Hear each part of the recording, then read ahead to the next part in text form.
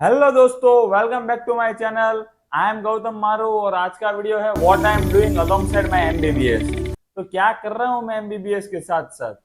So guys, सबको लगता है कि एमबीबीएस स्टूडेंट की लाइफ सिर्फ बुक्स, एग्जाम और स्टडी के आसपास ही होती है, और ऑनेस्टली ये बात सही भी है। बट पिछले कई सालों से मैं एमबीबीएस के साथ बहुत सी नई नई चीजें ट्राई करता जा रहा हूँ और आगे भी करता रहूंगा। और आज के वीडियो में मैं आपको बताऊंगा कि मैंने क्या क्या नई नई चीजें सीखी है और ट्राई की है। So let's start the video. सो पहली चीज जो मैंने ट्राई की है वो है ट्रेडिंग। जी हाँ, मैं शेयर मार्केट में ट्रेडिंग भी करता था। अराउंड मैंने अपने सेकेंड ईयर में ट्रेडिंग की जर्नी स्टार्ट की थी। करीबन मैंने और मेरे दोस्त ने हमने मिलकर 2 महीने ट्रेडिंग की थी। और ये सब इंस्टा पे और सब जगह पे, यूट्यूब पे और ट्रेडर की सब हैवी लाइफस्टाइल और वो सब देख के हमें भी ऐसा चूल हुआ कि भाई साहब क्या फील्ड है, तो चलिए हम भी शुरू करते हैं। तो मैंने और मेरे दोस्त ने, हम दोनों ने सेकेंड ईयर में करीबन 5,000 रुपए का कैपिटल निकाला और हमने ट्रेडिंग की जर्नी स्टार्ट की।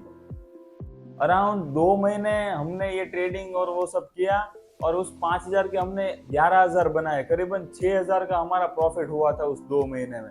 कुछ कभी लॉस और कभी प्रॉफिट, और ऐसे ऐसे होके 6,000 का हमारा प्रॉफिट हुआ था। मैं और मेरा दोस्त हॉस्टल में बैठ के वो सब करते थे, और वो सब उसमें मजा भी आता। ट्रेडिंग करने के साथ हमें समझ आया कि भाई लोग कैसे डिसीजन लेते हैं, मार्केट कैसे काम करता है, इमोशन का कितना रोल होता है, वो कैंडलस्टिक पैटर्न और वो सब पढ़ने में भी मजा आया। जब मैंने और मेरे दोस्त ने 6,000 रुपये कमाए, तब हमें लगा कि हम बहुत कुछ उखाड़ सकते हैं और बहुत कुछ कर सकते हैं। बट बट फिर धीरे धीरे हम आगे करते रहे। उस 6,000 के लॉस होते रहे। फिर हमें समझ आया कि ट्रेडिंग मेंटली बहुत एग्जॉस्टिंग है। तो और एमबीबीएस के साथ तो और ज्यादा, हमें हमारी स्टडी भी साथ में देखनी होती है। फिर हमने वो वहीं क्विट कर दिया और हमें समझ आया कि ये ट्रेडिंग हमारे लिए नहीं है। सो गाइस, फिर मुझे इंटरेस्ट आया एआई और वेबसाइट बिल्डिंग में।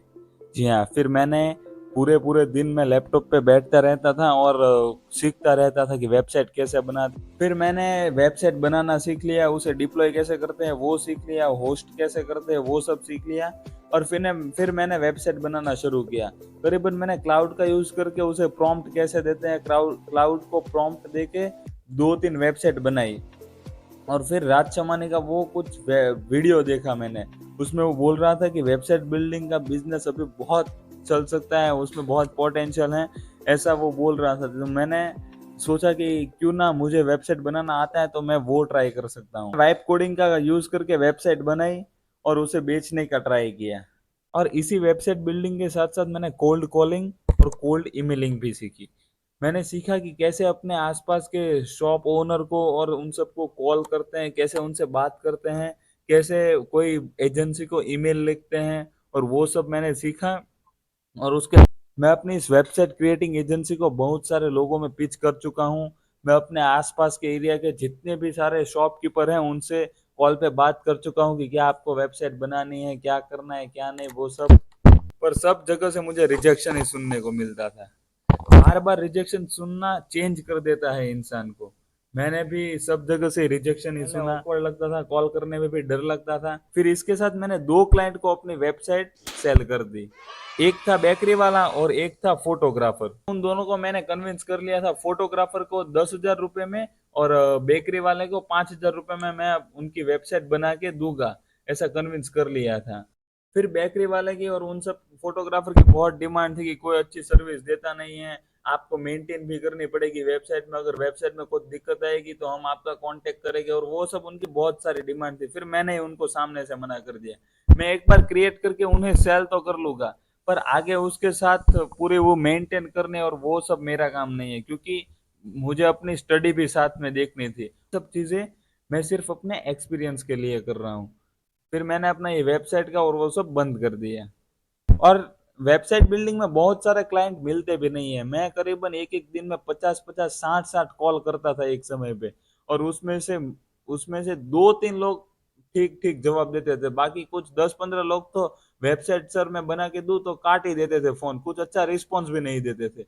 फिर मैं इससे भी बोर हो गया और मैंने सोचा बस अब इसको खत्म करते हैं। फिर आगे बात करते हैं मेरी मार्केटिंग एजेंसी के बारे में। इसके बाद मुझे चुल हुई कि मैं अपनी एक मार्केटिंग एजेंसी खोलूं। मैंने सोशल मीडिया मार्केटिंग एजेंसी खोली। सबको कोल्ड कॉलिंग और ईमेलिंग तो मुझे एक्सपीरियंस था ही वेबसाइट बिल्डिंग में। तो मैंने उसका यूज़ किया और मैंने ब्रांड को और क्रिएटर को मैसेज करना शुरू किया।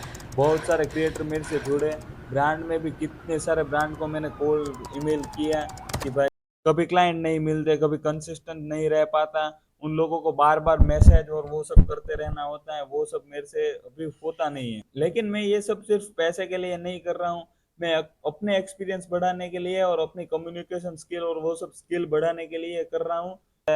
ये सब बोल रहे हैं कि इसमें ऐसा होता है, इतना प्रॉफिट होता है, इतना पैसा होता है, जितना सोशल मीडिया पे हमें ग्लैमरस दिखता है वो क्या सच है?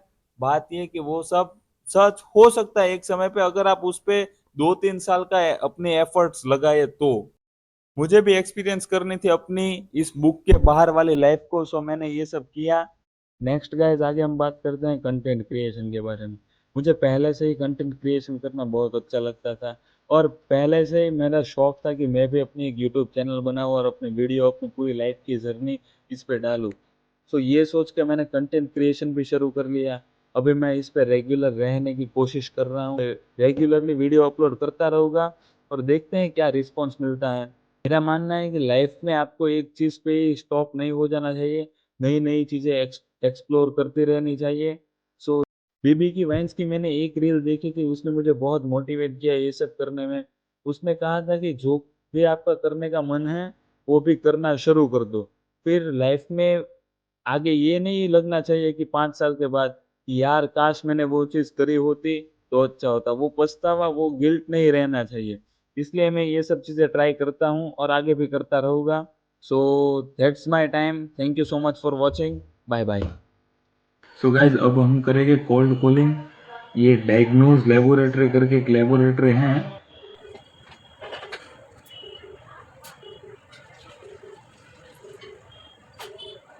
हेलो।